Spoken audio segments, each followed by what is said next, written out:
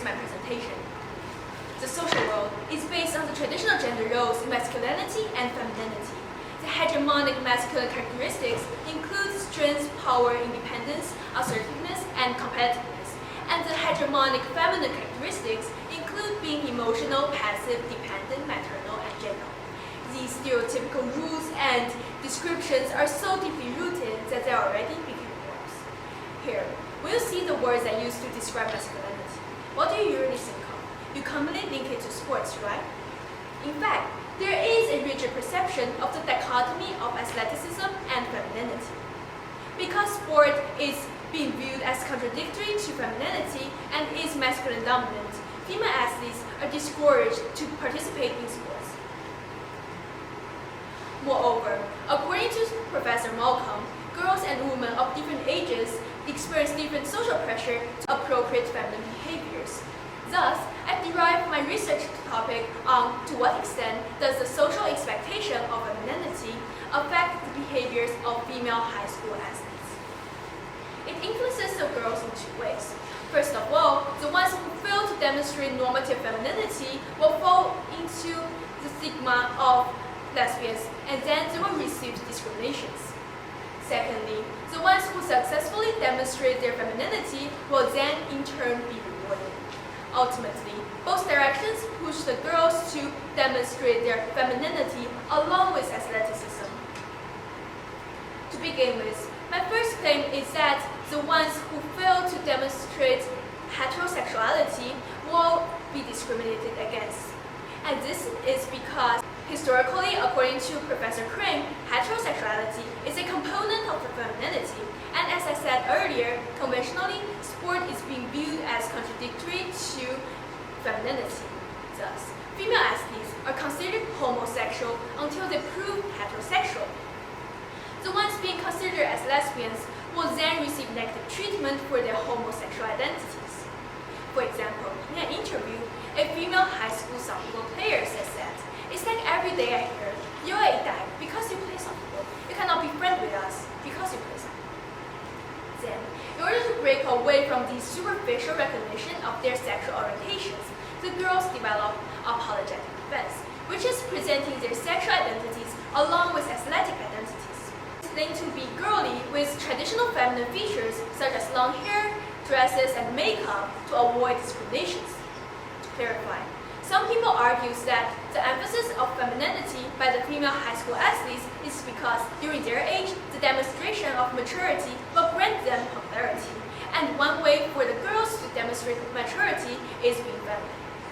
I have to recognize this is a possible reasoning that needs to be considered when explaining the phenomenon of the exhibition of femininity by the female high school athletes that is not related to apologetic defense.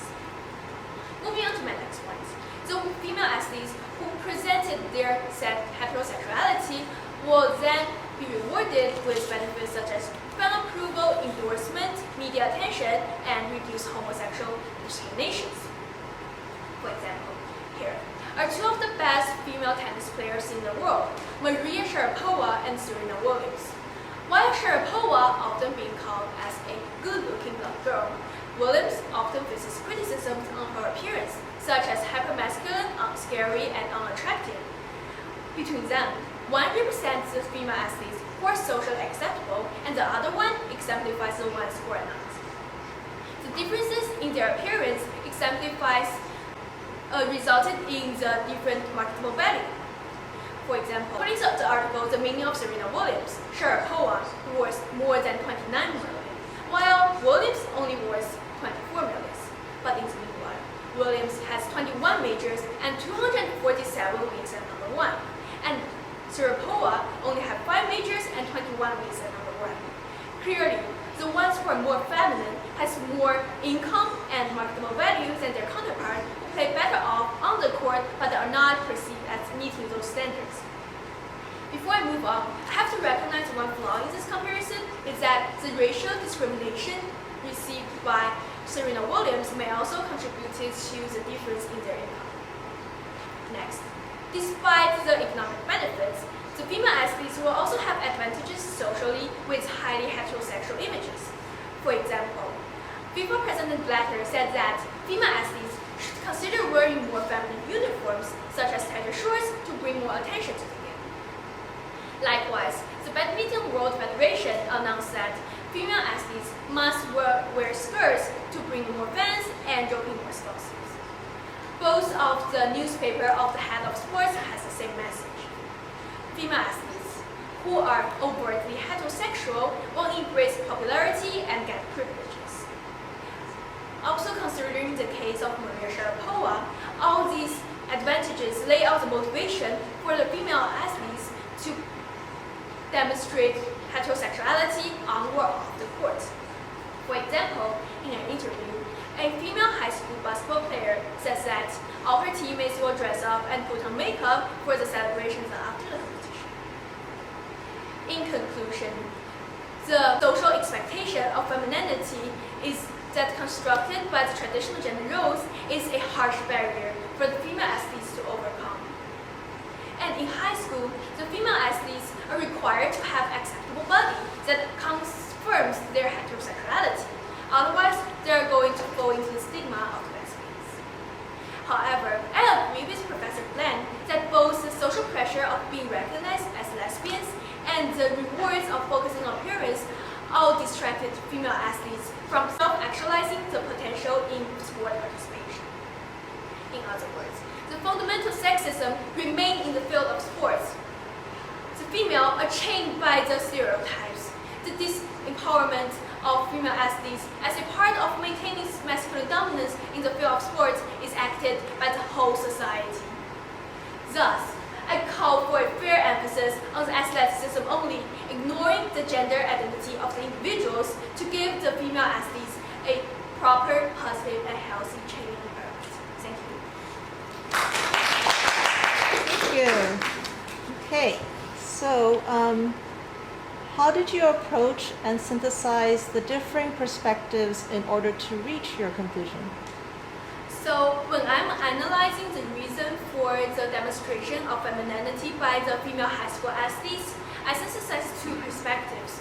For example, Professor Bland said that the demonstration of femininity is an approach of apologetic defense. However, the Professor Sandra Barkley says that that may be just a common behavior of adolescent girls.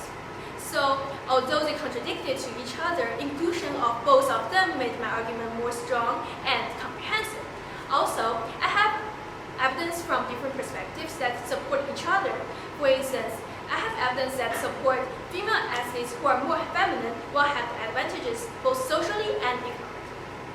Thank you. And what additional questions emerged from your research? Why are these questions important? Since I examined the effect of traditional gender roles in femininity and masculinity, some questions regarding the saturation of gay athletes emerged in my mind. Since their homosexuality is covered by the nature of participating in sports, I wonder about, does this mean they can hide easier in this homophobic environment? Moreover, once exposed, would they receive similar treatment as the lesbian athletes? They're important because those questions will reveal that inequality exists not only between the homosexual and heterosexual communities, but also between gay athletes and lesbian athletes. Thank you.